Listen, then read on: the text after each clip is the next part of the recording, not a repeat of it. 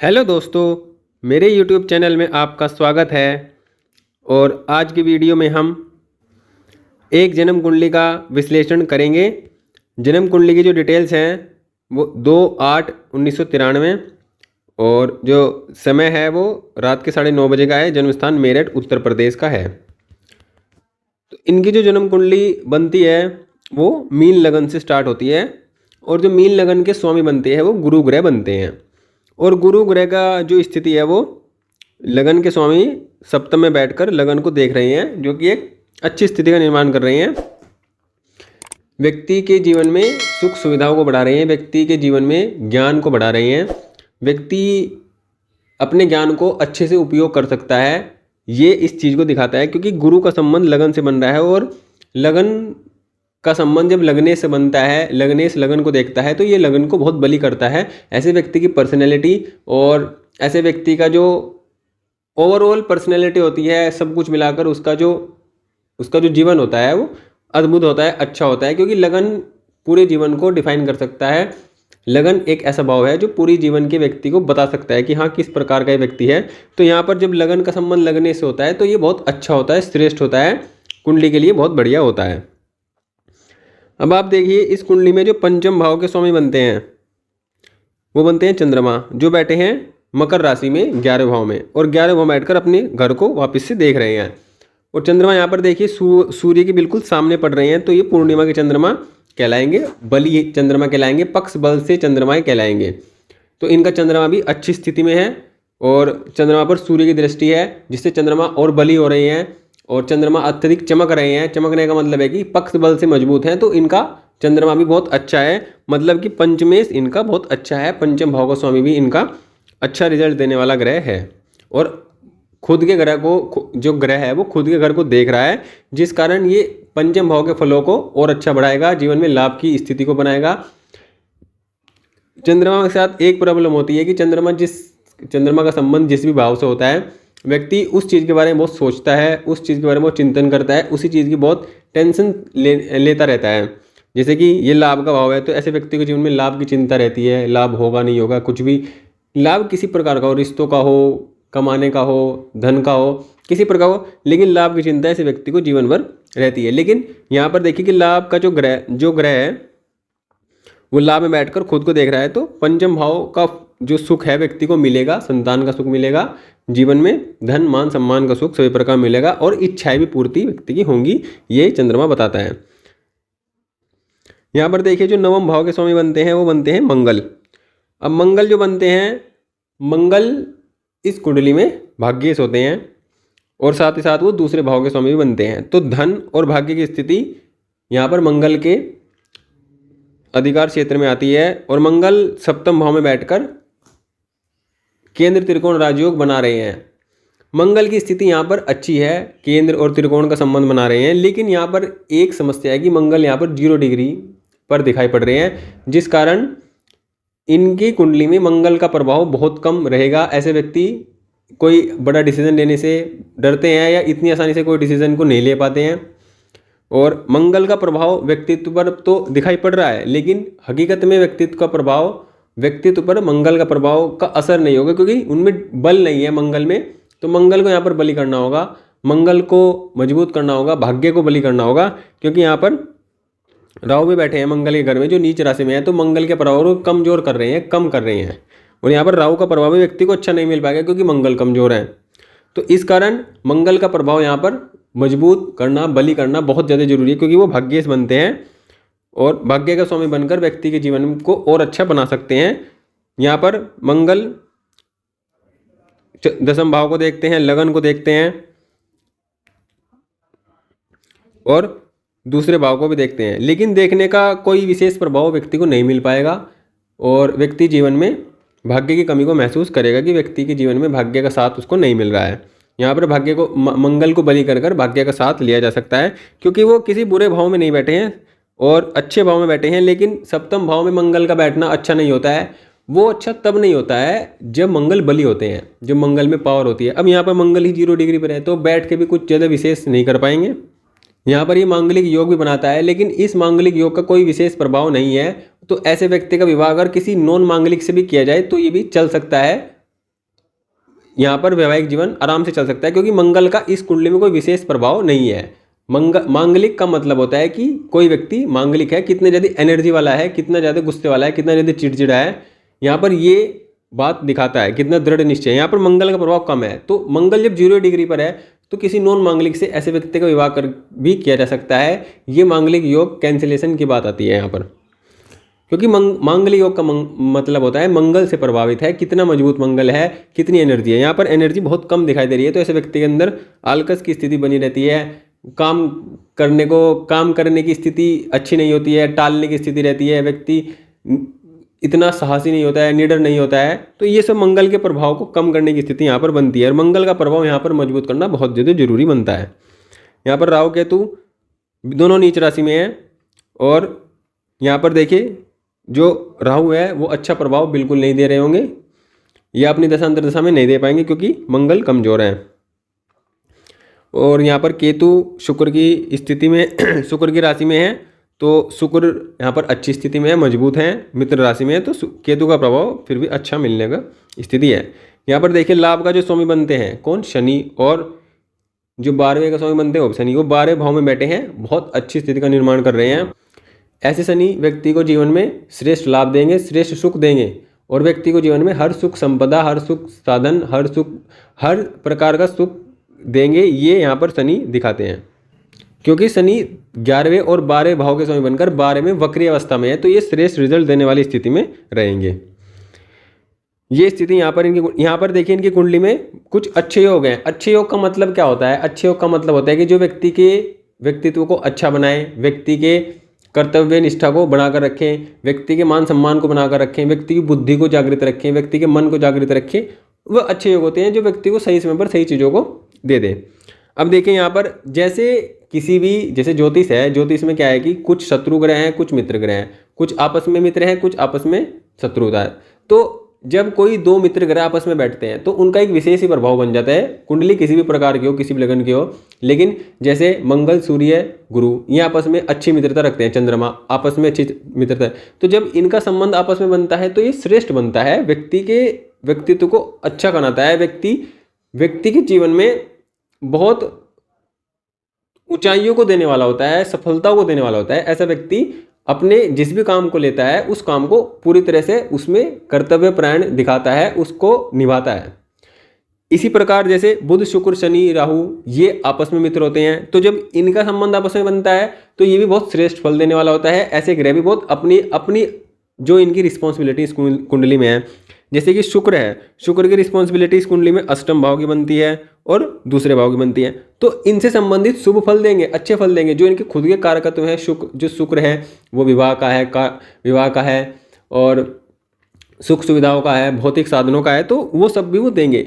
लेकिन ये स्थिति बहुत कम कुंडलियों में देखने को मिलती है, क्योंकि देखिए जैसे बुध शुक्र है, लक्ष्मी नारायण योग का निर्माण हो रहा है, बहुत श्रेष्ठ यहाँ पर निर्माण हो रहा है, बहुत अच्छा निर्माण हो रहा है, क्योंकि शुक्र यहाँ पर कारक भी है, बुध यहाँ पर अपने घर में है और शुक्र चतुर्थ भाव में कारक होते हैं, मित्र की राशि में है, तो ये श्रेष्ठ फल देने वाला ग्रह बनता है। और इसका प्रभाव सीधे सीधा कर्म पर भी पड़ेगा। इन दोनों जब दो शुभ ग्रह का प्रभाव किसी के कर्म भाव पर पड़ता है तो व्यक्ति के कर्म की स्थिति भी बहुत अच्छी बनती है। व्यक्ति जीवन में कर्म करता है और कर्म का लाभ भी मिलता है, और कर्म करने से व्यक्ति को जीवन में मान सम्मान धन की प्राप्ति होती है। ये स्थिति यहाँ पर बनती है। इसी प्रकार ये भी बहुत अच्छा योग है कि व्यक्ति ज्ञान और व्यक्ति बल का अच्छे से उपयोग कर सकता है। यहाँ पर बल की स्थिति कमजोर है तो इसको बली करके गुरु और मंगल की इस कॉम्बिनेशन को बहुत श्रेष्ठ बना सकता है, बहुत अच्छा बना सकता है, क्योंकि इसका प्रभाव सीधा व्यक्तित्व पर पड़ेगा। और व्यक्तित्व ऐसा होगा कि व्यक्ति को कहाँ पर कितना बल प्रयोग करना है, कहाँ पर कितना उसको ज्ञान प्रयोग करना है, तो ये समझ व्यक्ति के अंदर गुरु और मंगल की कॉम्बिनेशन से ही आती है। क्योंकि कोई व्यक्ति दिमाग लगाता है तो वो सिर्फ दिमाग ही लगाता रहता है, उसके पास बल नहीं लगा पाता हो। कोई व्यक्ति ज्ञानी होता है तो वो अपने ज्ञान ही दिखाता रहता है, उसके पास बल नहीं होता। कोई बल लगा देता है तो उसके पास ज्ञान नहीं होता। तो ये कॉम्बिनेशन बल और ज्ञान दोनों को दिखाता है, दोनों की स्थिति को अच्छा बनाता है। तो ये एक अपने आप में बहुत श्रेष्ठ कॉम्बिनेशन बनता है। सूर्य देखिए पंचम भाव में है, नैसर्गिक रूप से सूर्य पंचम भाव में बैठते हैं, जैसे कि 5 नंबर की राशि सिंह राशि होती है, तो सूर्य यहाँ पर अच्छा प्रभाव देंगे। लेकिन ये संतान संबंधित सुख कम देंगे, संतान लेट करवाएंगे, मतलब संतान होने में व्यक्ति के जीवन में देरी हो सकती है। ये होगी। लेकिन जो संतान होगी वो तेजस्वी होगी, प्रभावशाली होगी, सफलताएं प्राप्त करने वाली होगी, ये स्थिति यहाँ पर होगी। इनका पहला क्वेश्चन जो है वो है कि इनकी शादी कब होगी। तो ये शादी के बारे में जानना चाहता है। शादी के लिए देखिए, अभी इनको जो वर्तमान में जो दशा चल रही है वो गुरु की अभी स्टार्ट हुई है, अभी मतलब शुरू हुई है गुरु की दशा। और देखिए गुरु की दशा का शुरू होना का मतलब है कि इनके जीवन में खुशी, धन, समृद्धि, हर प्रकार के द्वार का खुल जाना। लेकिन अभी तक क्या था कि ये जो अभी इनको पिछले साल अप्रैल से इनको गुरु की दशा शुरू हुई है, और अभी गुरु में गुरु का अंतर चल रहा है, जो कि कोई अच्छा प्रभाव देने वाला नहीं होता है। क्योंकि किसी भी ग्रह की जब दशा शुरू होती है और उस दशा में उसका अंतर कोई विशेष प्रभाव, श्रेष्ठ प्रभाव देता नहीं है। लेकिन देखिए कि गुरु से पहले इनको जो दशा चल रही थी 2022 अप्रैल 2022 से पहले इनके जीवन की स्थिति बहुत खराब थी, क्योंकि इनको राहु की दशा चल रही थी। और इनके जीवन में राहु ने इनको बहुत परेशान किया होगा, इनकी शिक्षा को बाधित किया होगा, इनको अच्छे से पढ़ने भी नहीं दिया होगा, इनके जीवन के करियर को बहुत अच्छे से उठने नहीं दिया होगा। मतलब करियर में सफलताएं प्राप्त नहीं कर पाए होंगे। जीवन में घर परिवार की समस्याएं भी हो सकती हैं, भाग्य की समस्याएं हो सकती हैं, पिता का भी सुख बहुत कम मिला होगा। ये स्थिति इनके जीवन में रही होगी, क्योंकि राहु इनके नवम भाव में बैठकर इनको जीवन में परेशानियां दे रहा होगा, क्योंकि वो नीच राशि में है और मंगल भी मजबूत स्थिति में नहीं है। लेकिन अब खुशी की बात इनके लिए ये है कि अब इनको दशा शुरू होगी जो अप्रैल से शुरू हुई है गुरु की दशा, जो इनके लग्नेश बनते हैं और दशमेश बनते हैं। और इस लगन में सबसे योग कारक ग्रह गुरु बनते हैं। अब गुरु में गुरु का अंतर श्रेष्ठ प्रभाव नहीं देने वाला है, लेकिन जैसे गुरु में शनि आएंगे, बुध आएंगे, तो इनके जीवन का जो ग्राफ है, इनके जीवन की जो स्थिति है वो बेहतर होती चली जाएगी। इनके जीवन में इनको सब कुछ प्राप्त होता चला जाएगा। ये स्थिति यहाँ पर दिखाई पड़ रही है, क्योंकि किसी भी कुंडली में लग्नेश की दशा हो, पंचमेश की दशा हो, नवमेश की दशा हो, तो व्यक्ति जीवन में जो चाहता है वह उस स्तर तक उसको कर सकता है, पा सकता है, उस चीज़ को कर सकता है, क्योंकि उसको दशाओं का सपोर्ट मिलता है। जब दशाओं का सपोर्ट व्यक्ति को मिलता है तो कमजोर से कमजोर कुंडली भी मजबूत हो जाती है, और व्यक्ति अपने जीवन में सभी प्रकार के सुख सुविधाओं को, संसाधनों को, हर प्रकार के कार्यों को पूर्ण कर सकता है। तो ये स्थिति यहाँ पर है। तो इनकी विवाह की स्थिति है कि जब गुरु में शनि आएंगे, तो शनि यहाँ पर देखिए 12 भाव में है, तो शनि की स्थिति में विवाह की स्थिति बनना मुश्किल होता है। लेकिन इनका जो विवाह का जो ग्रह है वो बुध है, और बुध बड़ी बली अवस्था में है, अच्छी अवस्था में, श्रेष्ठ अवस्था में है। तो गुरु में जब बुध आएंगे तो इनका विवाह 100% हो जाएगा, 100%। लेकिन उसे आने में अभी इनको 2026 तक का इंतजार करना पड़ेगा। इससे पहले भी इनकी विवाह की स्थिति बन सकती है, क्योंकि गुरु जब गोचर में आएंगे, क्योंकि अभी मेष राशि में चल रहे हैं, तो चंद्र राशि से अभी मेष राशि में आ रहे हैं, तो यहाँ पर चतुर्थ भाव में गोचर है, तो चतुर्थ भाव में विवाह की स्थिति नहीं बन पाएगी। जैसे ही वो पंचम भाव में आएंगे, क्योंकि इनकी मकर राशि बनती है, और मकर राशि से पंचम भाव में वृषभ राशि पड़ेगी, तो जब गुरु वृषभ राशि में आएंगे तो भी इनकी विवाह की स्थिति बनेगी, और इनके विवाह का जो काम है, विवाह की जो स्थिति है वो बन सकती है, विवाह तय हो सकता है। लेकिन अगर गोचर के दौरान स्थितियाँ नहीं बन पाई हैं या नहीं हो पाई, वैसे तो हो सकती हैं, लेकिन अगर किसी भी कारण से नहीं होती हैं, तो बुध की जब दशा आएगी, अंतरदशा आएगी, गुरु में बुध की अंतरदशा आएगी, तो इनका विवाह 100% तक हो जाएगा। कहने का मतलब है कि इन्हें अभी 1.5-2 साल विवाह के लिए इंतजार करना होगा। इससे पहले भी हो सकता है, लेकिन संभावनाएं बहुत कम होती हैं, इतनी ज़्यादा नहीं है। लेकिन जब किसी ग्रह की अंतरदशा आती है तो जो उसकी रिस्पॉन्सिबिलिटी होती है उस ग्रह की, वो अपना काम करता है, क्योंकि वह कुंडली में मजबूत भी है, बहुत अच्छी अवस्था में है। देखिए इनको जीवन में सुख सुविधाएं सभी प्रकार की मिलेगी, हर प्रकार का सुख सुविधाएं इनको प्राप्त होगी जीवन में। ये बैठा बुध और शुक्र यहाँ पर इस बात की सूचना दे रहा है। अब हम इस चीज़ को उस कुंडली में देखते हैं 9 मास में कि इनकी वैवाहिक स्थिति कैसी है, क्योंकि लगन कुंडली में वैवाहिक स्थिति अच्छी दिखाई पड़ रही है। क्योंकि देखिए मंगल गुरु यहाँ पर बैठे हैं, तो कोई खराब रिजल्ट देने वाले नहीं होंगे, क्योंकि दोनों कारक ग्रह हैं, दोनों मित्र, लग्नेश के मित्र हैं और अच्छे रिजल्ट देने वाले हैं। यहाँ पर देखिए जो कि सप्तमेश खुद की राशि में केंद्र में बैठे हैं, तो ये भी श्रेष्ठ है, मित्र के साथ बैठे हैं और श्रेष्ठ है, तो वैवाहिक जीवन इनका बहुत अच्छा है, बड़ा उत्तम है लगन कुंडली के अकॉर्डिंग। अब हम इस चीज़ को 9 मास में भी देखते हैं। अब देखिए 9 मास इनका 5 नंबर से शुरू होता है। अब दिक्कत देखिए क्या है कि दिक्कत जो इनकी लगन कुंडली थी इनकी 12 नंबर से, अब 12 नंबर की कुंडली में 5 नंबर यहाँ आता है। अब ये 5 नंबर यहाँ पे चला गया नवमांस कुंडली में। तो इसका मतलब ये है कि इनकी जो वैवाहिक जीवन की स्थिति है उसमें बहुत परेशानियाँ होंगी, चैलेंजेस होंगे, प्रॉब्लम्स होंगी। ये इनके वैवाहिक जीवन की स्थिति पहला भाव दिखाता है, क्योंकि इनका जो पहला भाव वैवाहिक जीवन की स्थिति, क्योंकि नवमांस से वैवाहिक जीवन को देखते हैं और जिस भी नंबर से या जिस भी भाव से नवमांस की शुरुआत होती है कुंडली में, वो किस भाव में बनता है उसका बहुत बड़ा रोल होता है, उसका बहुत बड़ा इंपॉर्टेंट फैक्टर बनता है। तो यहाँ पर ये साफ साफ है कि इनका वैवाहिक जीवन अच्छा है। वैवाहिक जीवन में लगन कुंडली के अकॉर्डिंग ये बात दिखाई दे रही है कि इनके वैवाहिक जीवन अच्छा है, वैवाहिक जीवन में परेशानी नहीं, जिससे इनकी शादी होगी वह भी बहुत अच्छा होगा या होगी। इनके जीवन में वैवाहिक जीवन का सुख इनको बहुत अच्छा मिलेगा, लेकिन उसमें प्रॉब्लम चैलेंजेस भी इनको फेस करने पड़ेंगे, ये भी यहाँ पर साफ साफ दिखाई पड़ रहा है।